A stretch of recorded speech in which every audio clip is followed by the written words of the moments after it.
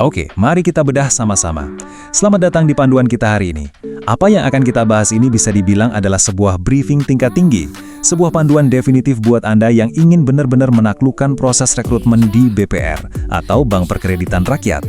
Nah, kalau Anda sekarang lagi cari kerja, atau mungkin lagi deg-degan nunggu panggilan seleksi, perhatikan baik-baik, karena ini informasi yang sangat krusial. Kita nggak cuma bakal bahas soal gimana caranya lolos tes, bukan cuma itu. Kita mau ngebahas gimana caranya membentuk pola pikir seorang profesional sejati persis sejak hari pertama Anda melangkah. Panduan langkah demi langkah ini dirancang bukan cuma buat bantu Anda dapat kerjanya, tapi gimana Anda bisa bertahan dan pastinya bersinar di sana. Jadi, agenda briefing perstruktur kita hari ini ada 5 poin utama. Pertama, kita mulai dari persiapan dasar dan onboarding. Kedua, profesionalisme dalam proses seleksi. Ketiga, merespons offering letter. Keempat, bahaya absen tanpa konfirmasi. Dan kelima, sukses di masa percobaan. Anda harus tahu, proses rekrutmen itu bukan kejadian yang acak atau untung-untungan. Ini adalah sebuah perjalanan kronologis, selangkah demi selangkah. Mulai dari fase persiapan, masuk ke seleksi, lalu berlanjut ke offering letter, sampai akhirnya Anda masuk di masa percobaan. Nah, untuk bisa sukses, Anda harus secara sadar dan sengaja melewati setiap fase yang saling terhubung ini. Anda nggak bisa ya tiba-tiba lompat dari persiapan langsung ke masa percobaan, tanpa melewati proses seleksi dengan standar tertinggi. Semuanya berkaitan.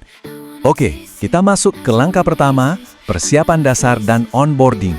Ini adalah fondasi kesuksesan Anda. Tahap ini wajib banget Anda lalui bahkan sebelum tes ETS atau wawancara langsung itu dimulai. Di sini, Anda benar-benar dituntut untuk pertama, pelajari kembali materi-materi dasarnya. Kedua, asah terus kemampuan komunikasi Anda. Dan ketiga, pastikan kesiapan kerja Anda secara menyeluruh. Kenapa sih ini krusial banget? Karena untuk lolos di tahap ini, Anda butuh lebih dari sekedar keberuntungan. Anda butuh kesiapan fundamental. Lewat persiapan ini, Anda sebenarnya lagi ngebuktiin kalau Anda punya kapasitas dasar untuk paham instrumen perbankan dan bisa ngomong atau mengomunikasikannya dengan luas ke nasabah maupun rekan kerja nanti. Jadi, persiapan yang matang itu nggak cuma soal ngejar nilai tes yang tinggi ya. Ini ibarat ngebangun fondasi rumah. Ini adalah momen transisi mental Anda. Dari yang tadinya cuma sekedar pencari kerja, berubah jadi seorang profesional sejati di industri BPR. Sikap yang Anda tunjukkan selama masa persiapan inilah yang nantinya bakal mencerminkan gimana cara Anda bekerja dan ngadepin tantangan di lapangan nanti. Selanjutnya, bagian 2, profesionalisme dalam proses seleksi. Ini adalah filter penilaian yang sebenarnya. Coba bayangkan fase menengah ini sebagai sebuah filter yang terus berjalan. Di sini yang diuji bukan cuma seberapa pinter Anda, tapi sikap dan daya tanggap Anda. Coba resapi kalimat ini. Kehadiran dan respons yang baik menunjukkan keseriusan, komitmen, serta profesionalisme. Perusahaan itu selalu mantau loh. Mereka lihat, Anda ngerespon undangan seleksi lanjutan nggak? Anda datang tepat waktu nggak? Ingat 3 kata kunci ini. Keseriusan, komitmen, profesionalisme. Logikanya gini, kalau ngerespon pesan undangan seleksi aja Anda nggak bisa, gimana perusahaan mau percaya Anda bakal ngerespons nasabah mereka dengan baik? Masuk ke bagian 3, merespons offering letter. Ini adalah titik yang sangat krusial. Nah, momen ini adalah klimaksnya. Dapat offering letter atau surat penawaran kerja itu pencapaian luar biasa. Ini tiket masuk resmi Anda buat mulai karir di BPR.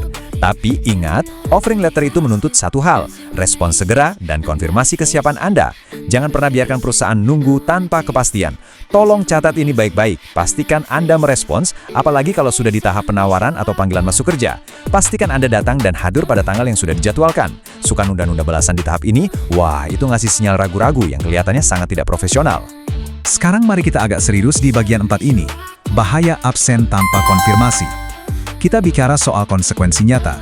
Dan ini dengan sangat jelas menggambarkan 2 jalur yang ada di depan Anda sekarang.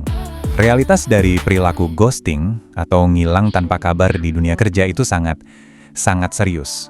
Anda lagi ada di persimpangan. Kalau Anda pilih jalur kiri, hadir dan merespons, Anda melangkah mulus memulai karir profesional. Tapi kalau Anda pilih jalur kanan, absent tanpa konfirmasi, Anda bukan cuma kehilangan kerjaan hari ini.